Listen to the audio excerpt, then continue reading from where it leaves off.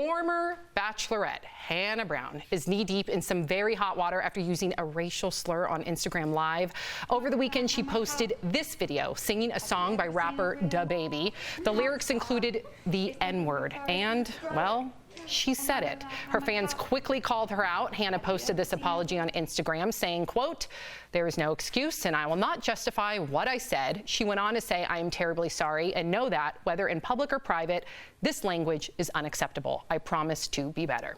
Well, another former Bachelorette is not having it. You guys know Rachel Lindsay. She says Hannah's written apology did not go far enough. Let's listen to what Rachel had to say. I am personally hurt and offended. It's easy to make a statement.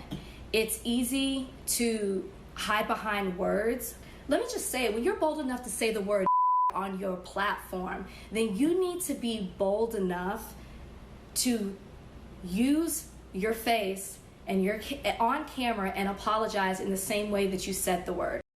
Amen. I mean, I am shocked, Al, that Hannah Brown thought that it was okay to say that word.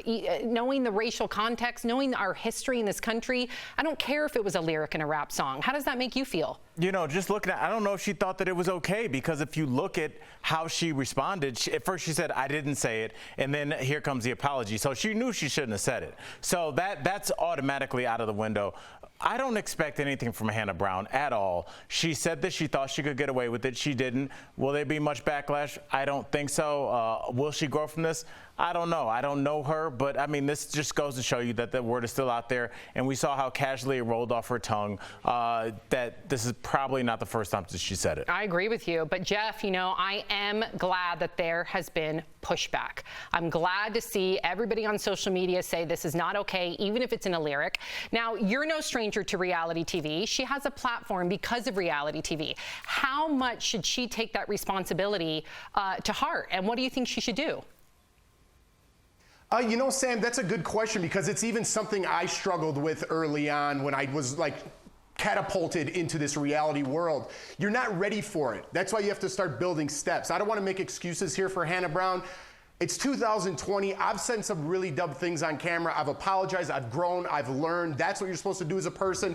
It seems rough for me to say in 2020 that as a white person, you can't say that word. So listen, there's really no excuse for this, but I'd be a hypocrite if I didn't say I wasn't perfect, because I'm not. But Al, I kind of want to flip this around a little bit to at least have a conversation about it.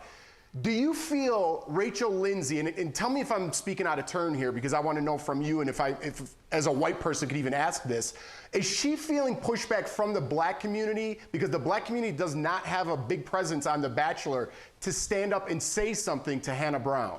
Great question. That's a great question. And first of all, Jeff, we can talk about anything on this show. I appreciate you asking. You know, I feel Thanks, like, buddy. I appreciate that. Always, man. You know, I feel like Rachel Lindsay just probably feels violated. There's always a place of sanctuary that we seek, Jeff. And it's like when you're at work, and this, let's be honest, this is Rachel Lindsay's work as well. When you hear that word, you still feel violated. You're like, damn, man, I can't go anywhere. I can't just be sitting here without the N-word coming across my timeline. So I feel like she feels like her sense of just well-being and her place of sanctuary is violated once again. And once again, it's done thoughtlessly, Jeff. It's not like, it would almost be different if she was yelling it with her finger and she meant what she was saying. And you'd be like, hey, she meant it, whatever she was saying. It's the casual way that she said it. It's just like, just a word to her, like it means nothing. When you know that there are things that, whether it's your religion, Jeff, or your culture, Jeff, or my religion, or Sam's mama, or whatever is important to Sam, when somebody says something so offensive, so casually, it almost makes it worse than if they meant to do it. Yeah, no, absolutely. I think that was well said, and I hope somehow she learned from this, and maybe she should educate herself on our very disturbing, disgusting history in this country.